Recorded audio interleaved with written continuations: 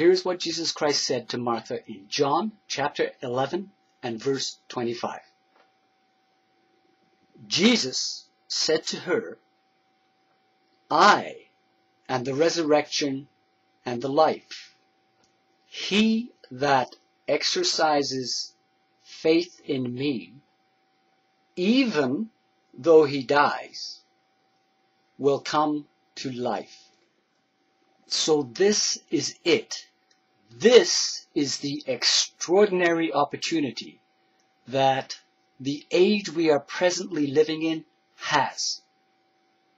Those who exercise, and that's an important word, exercise faith in Jesus Christ, will live again in that new generation, the new age that is to come, even if they die in this present age.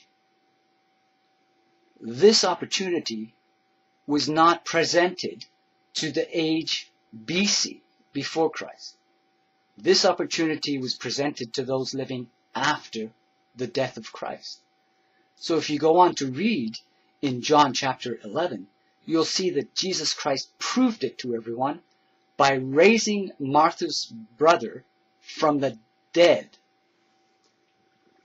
So now think carefully about this. In the last 2,000 years, since Jesus Christ's death, how many people have died who did exercise faith in Jesus Christ while they were alive? Now, this raises an important question, especially for those people who are living at the end of this age when the new age is approaching. The good question to ask is, what about the people who are exercising faith in Jesus Christ, who have not yet died and are still alive when Jesus Christ does return? Well, Jesus answers that question in his next statement to Martha.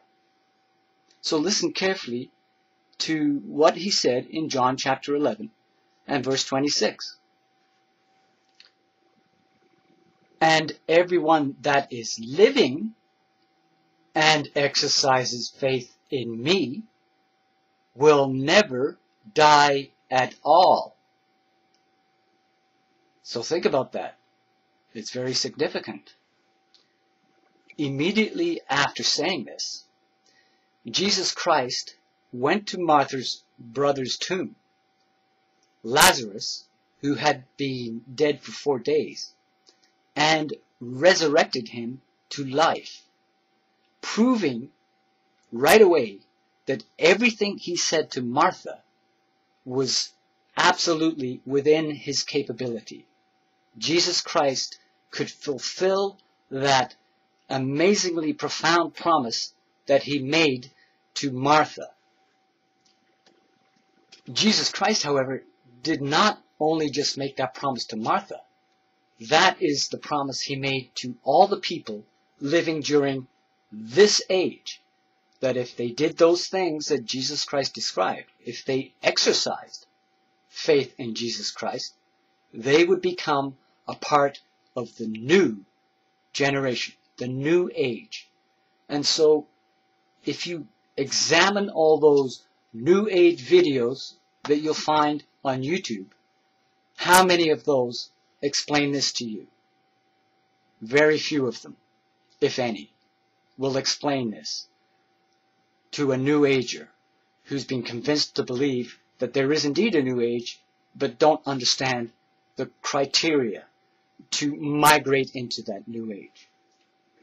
So the most significant thing that a Christian could take away from this is that the life they are living now, every day of your life that you live,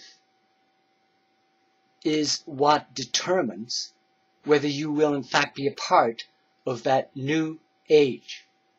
And so the lives we are living now are being examined, divinely examined, to see if we are in fact exercising faith in what Jesus Christ said. Are we doing the things he told us to do. Because if we're not doing those things, there is no way that we could expect to be a part of that new age which is coming shortly. So understand that it is the lives we are living now that will provide the testimony for the time when we are judged. So we are in fact living inside an age that is like a courtroom. The lives we live are being examined by either the prosecutor or the defendant. The way we live our lives each day is either being excused or condemned. There is no other time that this is going to happen. This is the significance of living during the age we are now living in. So, what will the new age be like once these criteria are examined and judged? The new age will be comprised of only those people who exercised faith in what Jesus Christ said. So everything Jesus Christ said on the Sermon on the Mount, or throughout the entire gospel, is measuring whether we are exercising that faith. Think about that. It's very important. It means life or death. It literally does mean that. So try to imagine living in a world where every man and woman treats every other man and woman the way they themselves would like to be treated. In a world where there really is an opportunity for love to exist. Try very hard to imagine what it will be like in that new age. It will be completely different to the present age that we are living in. So, is that good news or bad news? That is extraordinary, amazing news. Imagine living in a new age where we have a community that treats each other according to the way Jesus Christ commanded us to treat each other. That's good news, isn't it? But if you're upset about all the things I've said so far in the video, then perhaps it's bad news. It all depends on your point of view.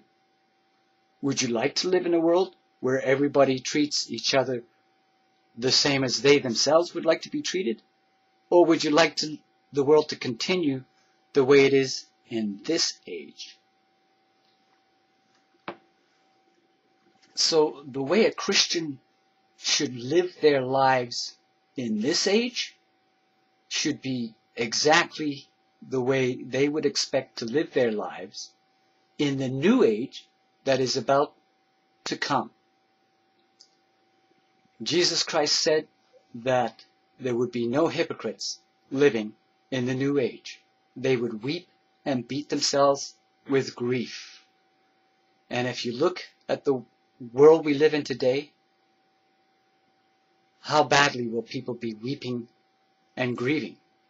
Because they did not live in this age according to the way Jesus Christ set the expectation for the new age that we have a possibility of living in. So now, after watching all those New Age videos about Egyptian pyramids and pineal glands and DNA and crystal children and Mayan prophecy and 2012 and Nibiru and Time Wave Zero and the WebBot predictions, how does that compare to what Jesus Christ said and promised in the Bible? Because he did talk about a new age. But if we want to be a part of that new age, then we need to exercise faith in what Jesus Christ said. Are we exercising faith in what Jesus Christ said right now during our own lives and before we die? Or do we completely disagree with what Jesus Christ himself said would be the requirement for living in the New Age? And how does that compare to the videos that you watch from all these other New Ages on YouTube? Go ahead and put your comments below.